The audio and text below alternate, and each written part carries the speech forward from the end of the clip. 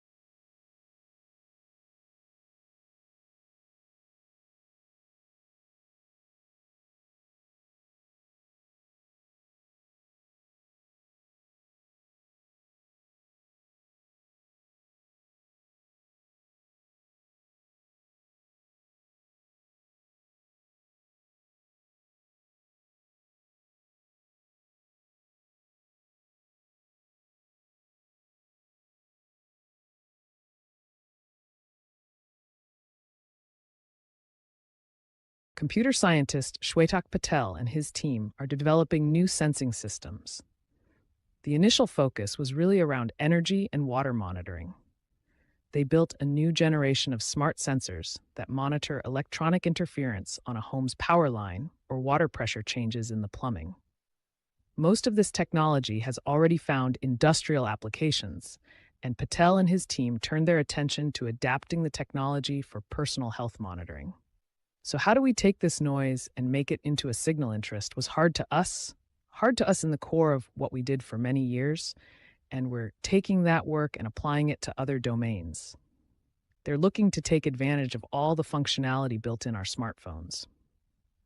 With the user's permission, this app can use the microphone built into most smartphones to listen to background noises, such as coughing, searching for patterns that suggest a trip to the doctor might be in order. We've constructed these models that try and understand how sound works, what its patterns are, and we give it a whole bunch of examples of different kinds of audio. Things like people talking, things like people laughing, sneezing, and of course, coughing. This app uses a phone's camera to check hemoglobin levels in blood by analyzing the color of capillary fluid through the skin. Generally, what happens is if you're anemic, your blood may be a little less red, and we take advantage of that by putting your finger over a camera of a phone. The camera of the phone can actually see the coloration of the blood. And this test uses the camera to tell parents worried about jaundice in newborn infants. Now, jaundice is something that doctors who have seen tons of babies do. He just can't figure it out on a very basic level. Is this baby, do they need to get treatment, or are they in a good condition, while the first-time parent has no idea necessarily what jaundice might look like? The researchers say the built-in sensors found in smartphones are already commonplace, but their applications and their implications for our health and well-being may be more far-reaching than we ever imagined.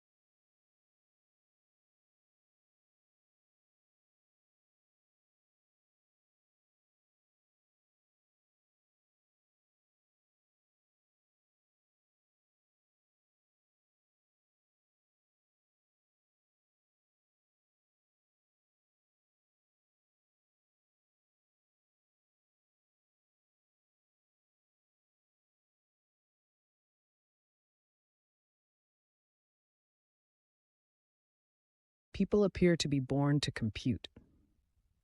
The numerical skills of children develop so early and so inexorably that it is easy to imagine an internal clock of mathematical maturity guiding their growth. Not long after learning to walk and talk, they can set the table with impressive accuracy. One knife, one spoon, one fork for each of the 5 chairs. Soon they are capable of nothing. They have placed 5 knives, spoons, and forks on the table, and a bit later, that amounts to 15 pieces of silverware. Having thus mastered addition, they move on to subtraction. It seems almost reasonable to expect that if a child were secluded on a desert island at birth and retrieved 7 years later, he or she could enter a second-grade mathematics class without any serious problems of intellectual adjustment. Of course, the truth is not so simple. This century, the work of cognitive psychologists has illuminated the subtle forms of daily learning on which intellectual progress depends.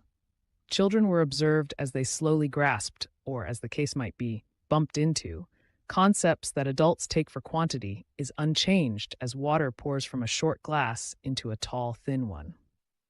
Psychologists have since demonstrated that young children, asked to count the pencils in a pile, readily report the number of blue or red pencils, but must be coaxed into finding the total. Such studies have suggested that the rudiments of mathematics are mastered gradually and with effort. They have also suggested that the very concept of abstract numbers, the idea of a oneness, a two-ness, a three-ness, that applies to any class of objects and is a prerequisite for doing anything more mathematically demanding than setting a table, is itself far from innate.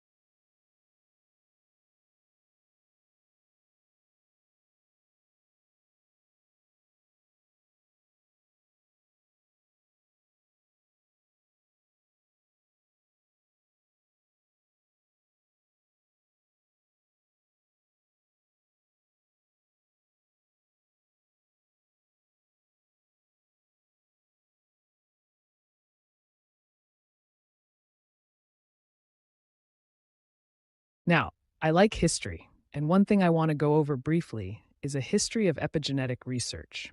And this is from my perspective now.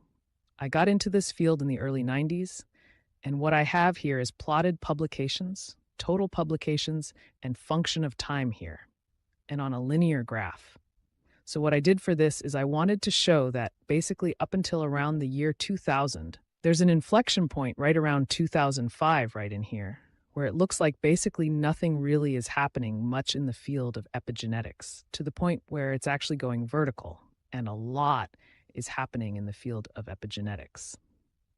Now, if you plot this rather than on linear paper, semi-log paper, what you will find is that what I'm showing is an exponential growth curve for publications in the field of epigenetics. And that in the scientific community, there's a doubling of the epigenetics papers every 1.5 to 2 years.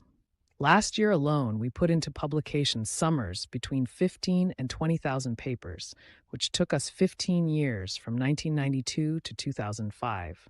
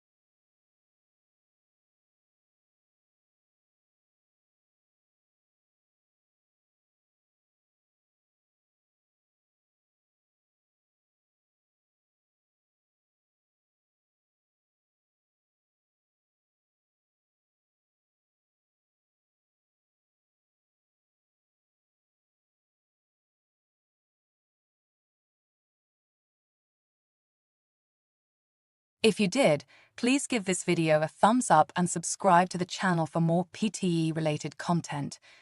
Don't forget to leave a comment below letting me know what you think or if you have any questions. Thanks for watching. I will meet you soon at our next video.